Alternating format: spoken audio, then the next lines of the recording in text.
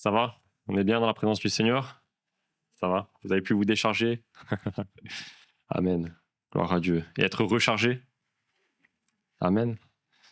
Amen. Alors on va continuer de se connecter au Seigneur. On va apporter un petit message de la parole de Dieu. Et j'ai eu envie de m'arrêter un petit peu sur l'appel de Nathanaël. Non. Voilà, c'est ça. C'est presque ça. Je vais essayer de ne pas me tromper dans le passage. Alors, c'est dans l'évangile de Jean au chapitre 1er. Et je vais prendre à partir du verset 47. Donc, c'est Philippe qui va chercher Nathanaël. Et donc, Philippe lui dit, donc Nathanaël demande certaines choses, et Philippe va dire, viens et vois. Jésus vit venir à lui Nathanaël et dit de lui, voici vraiment un Israélite dans lequel il n'y a pas de fraude. Nathanaël lui dit, d'où me connais-tu? Jésus lui répondit, avant que Philippe t'ait appelé, quand tu étais sous le figuier, je t'ai vu. Nathanaël reprit, Rabbi, toi, tu es le Fils de Dieu, toi, tu es le roi d'Israël. Jésus lui répondit, parce que je t'ai dit que je t'avais vu sous le figuier, tu crois. Tu verras de plus grandes choses que celles-ci. Amen. Amen. Je vais m'arrêter là. J'ai voulu m'arrêter un petit peu sur ce passage, parce que première chose qui m'a interpellé, c'est l'attitude de Jésus. Et c'est le verset 48, quand Nathanaël va demander « D'où me connais-tu ?» Jésus va lui répondre « Avant que Philippe t'appelle, quand tu étais sous le figuier, je t'ai vu. » Et le « avant » m'a un petit peu interpellé. En tout cas, je me suis arrêté. Parce que avant l'appel de Nathanaël, avant tout ça, Jésus était déjà en train de le regarder. Et ça m'a fait penser à d'autres passages qui nous parlent de la préscience de Dieu, de ce que Dieu connaît, de ce que Dieu a déjà prévu. Quand nous sommes dans certains projets, quand nous sommes dans notre vie, avant même que nous naissions, Dieu a déjà prévu des choses en avance. Est-ce que Dieu est en avance toujours ou pas? Moi je suis rarement en avance et c'est un défaut que j'essaie de corriger.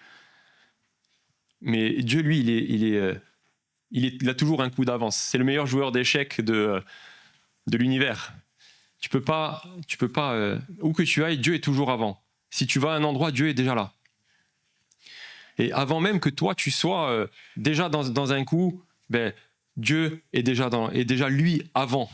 Et le psaume 139 dit « Quand je n'étais qu'une masse informe, tes yeux me voyaient.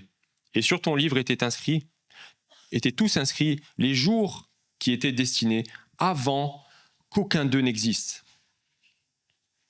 Sache que Dieu avait déjà prévu ton existence.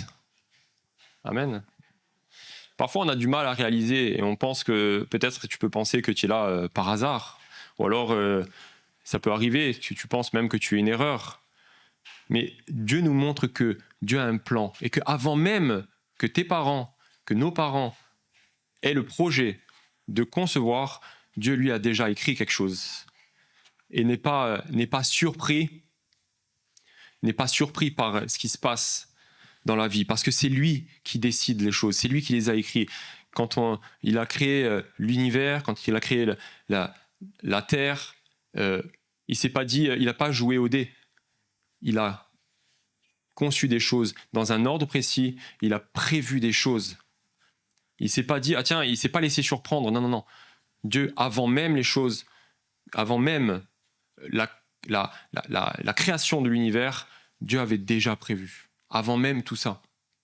Et est-ce que tu crois que Dieu prévoit des choses dans ta vie avant? Est-ce que tu penses que Dieu est en train de jouer au dé avec ta vie? Est-ce que tu penses que Dieu n'est pas au courant de ce qui se passe dans ta vie? Ou est-ce que tu penses que Dieu n'a pas de projet pour toi? Ou tu penses que tu es, comme ce verset dit, quand je n'étais qu'une masse informe, au début la terre était informe et vide, la parole nous dit. Et aujourd'hui la terre, elle est ce qu'elle est. Tout est fait parfaitement. Déplacer quelque chose de la terre d'une manière ou d'une autre, les saisons vont changer, tout va se dérégler, tout est créé, tout tourne et tout revient. Et tout est fait de la manière la plus parfaite. Il y a une chance sur je ne sais pas combien de millions ou de milliards, je ne sais plus, pour que la vie existe sur la terre. Et elle continue de perdurer parce que les choses ont été faites ainsi pour que ça continue et que Dieu a prévu cela. Mais au début, la terre était informe et vide. Et peut-être que tu es un peu dans cette situation, ou en tout cas peut-être tu te dis aujourd'hui ma vie spirituelle ou ma vie d'une manière générale, elle est un peu comme la création de la terre au départ, elle est informe et vide. Tu te sens comme une masse informe, tu sais pas en fait ce qui se passe dans ta vie, tu comprends pas le but de ta vie, tu sais pas où tu vas, ni même peut-être même d'où tu viens. Mais sache que les yeux de l'Éternel sont sur toi. Et toi tu sais pas, mais lui il a déjà prévu les choses pour toi. Il est déjà en avance sur les choses. Il a déjà écrit pour toi tout ce qui va se passer dans ta vie, tout ce qui potentiellement peut se passer dans ta vie. Il sait exactement où il va avec toi. Mais toi, tu ne le sais pas encore, mais il est peut-être encore dans le processus de création. Et il est encore en avance, et il avance avec toi. Mais les yeux de Dieu sont sur toi. De la même manière qu'avec Nathanaël, quand il a dit « Quand tu étais sous le figuier, je t'ai vu », sache que Dieu te voit là où tu es. Peu importe l'étape de ta vie, peu importe dans quelle étape tu es dans ta vie, Dieu sait où tu es et te voit. C'est pas un hasard. Même aujourd'hui que tu sois là, peut-être ce matin quand tu étais en train de te préparer, tu étais seul, tout seul ou toute seule, ou peut-être les jours précédents, Dieu te voyait. Dieu te voyait. Et Dieu a quelque chose pour toi. Amen. Est-ce que tu crois que Dieu est-ce que tu crois que le Fils de Dieu a quelque chose pour toi? Est-ce que tu penses que c'est un peu la panique, c'est un peu le chaos dans ta vie? Et peut-être que tu penses que Dieu n'a pas de projet. Mais Dieu a des projets pour toi. Dieu a un appel pour toi. Nathanaël va dire, tu es le fils d'Israël. Il dit, tu verras, et Jésus va lui répondre, tu verras de plus grandes choses que celles-ci. Toi, tu penses que tu as déjà vu des choses, et peut-être que tu as déjà vu des choses. Mais Dieu, il est en train de te dire qu'il a encore des plus grandes choses pour toi. Il a des choses pour toi. Est-ce que tu peux le dire? Dieu a des choses pour moi. Alléluia. Dieu a des choses pour toi. Dieu a des projets pour ta vie. Dieu est en train de te dire, tu verras de plus grandes choses que celles-ci. Nathanaël ne savait pas qu'il allait être apôtre. Pour lui, c'était un Israélite qui essayait d'être le plus fidèle possible. Et Jésus a confirmé cela. Et Jésus a donné quelque chose d'autre à Nathanaël, que lui ne s'attendait pas. Le psaume 139 a été écrit par David. Est-ce que David pensait un jour être roi d'Israël? Il était simplement avec ses brebis. Et il y a un autre verset dans la Bible, c'est Jérémie chapitre 1er, à partir du verset 4 et 5. Il dit « La parole de l'Éternel me fut adressée en ces mots. Avant que je ne te forme dans le ventre de ta mère, je te connaissais.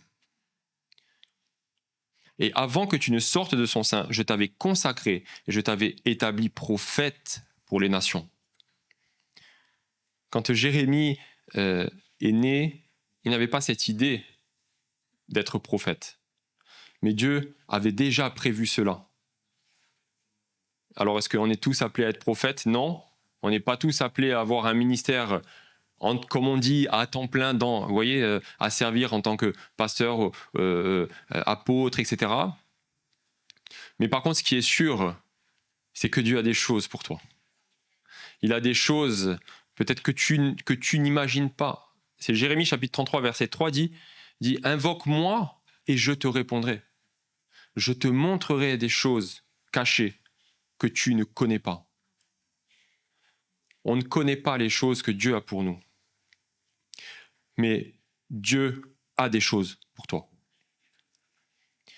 Il dit « Avant que je te forme dans le ventre de ta mère, je te connaissais. » Et il y a quelque chose qui revient de plus en plus, c'est avant d'être dans un ministère, avant d'être dans un service, avant d'être d'être apôtre, d'être roi, tu dois connaître ton Seigneur. Et le projet de Dieu pour ta vie, avant tout ça, c'est que tu sois avec le Seigneur. Parce que le Seigneur a un projet pour toi. Il a écrit tous les jours. Tous tes jours sont écrits dans son livre, à toi personnellement. Personnellement, Dieu a écrit des choses sur toi. Sois réconforté avec ça aujourd'hui. Tu n'es pas une erreur ou tu n'es pas oublié. Même si c'est la panique et le chaos dans ta vie, Dieu a prévu des choses. Mais il y a une sortie. Avant d'arriver là, c'est peut-être que tu as besoin du Seigneur lui-même. Et en préparant ma prédication, j'ai plusieurs fois, je me dis à qui je vais parler ça. On est tous convertis. Alors, ça sera peut-être quelqu'un d'ici ou peut-être quelqu'un sur YouTube, mais le projet de Dieu pour toi, c'est que tu sois auprès du Seigneur. C'est que le Seigneur soit connecté à toi et que tu sois connecté à Jésus. C'est le premier projet de Dieu pour ta vie. Peu importe où tu en es aujourd'hui, peut-être que tu es dans le chaos parce que tu as fait tes propres choix vraiment et que tu te retrouves aujourd'hui dans une situation où c'est très compliqué. Mais viens à l'Éternel, viens à Jésus. Fais une rencontre avec le Seigneur. Avant qu'il y ait l'appel, Jésus dit « Je t'ai vu ». Avant qu'il y ait un ministère, avant qu'il y ait un service, ce que Dieu veut, c'est toi. C'est ta vie. Il veut se reconnecter avec toi. Et il veut que tu sois, si tu n'es pas encore enfant de Dieu, il veut que tu sois son enfant. C'est la première chose que Dieu a écrit et tout tourne autour de ça, parce que Dieu a donné son Fils unique afin que nous soyons réconciliés avec lui. Et tout tourne autour de ça. Ta vie, Dieu va tout faire pour que tu sois réconcilié avec lui. Dieu va tout faire pour que son projet soit tourné vers son Fils et pour que tu puisses rencontrer son Fils. C'est le premier projet que Dieu veut pour ta vie. Tous les jours de ta vie, Dieu est en train de réfléchir, il a écrit un plan, il est en train de manifester d'une manière ou d'une autre sa présence pour que tu sois attiré à Jésus.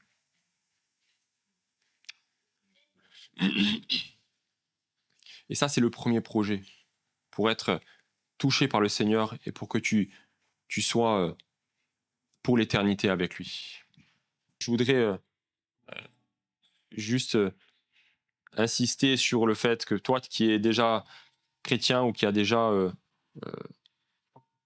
avec le Seigneur, peut-être que tu connais une phase de découragement, tu connais une phase de chaos, tu connais une phase où tu as l'impression d'être comme cette masse informe. Sache que Dieu te voit et Dieu a encore des projets pour toi. Continue de prier, continue d'avancer avec le Seigneur, parce que le Seigneur a des projets. Le Seigneur a une porte de sortie. Peut-être si tu as l'impression d'être enfermé devant la mer Rouge avec les Égyptiens derrière, Dieu est en train de créer un chemin pour toi. Alors ne te décourage pas sur ça. Ne te décourage pas. Oh, alléluia. Alléluia. Continue de prier, je vais prier. Baissons nos têtes, on continue de prier. Alléluia. Alléluia. Merci Seigneur pour ta présence. Seigneur, merci pour ton amour, Seigneur. Puissions, Seigneur, toujours te faire confiance, Seigneur. Chacun, Seigneur, puisse recevoir, Seigneur, ta présence, ton Saint-Esprit et ta confiance, Seigneur, parce que tes projets pour nous, Seigneur, sont au-delà de ce qu'on peut penser, Seigneur. Que ton nom soit béni, Père, au nom de Jésus. Amen.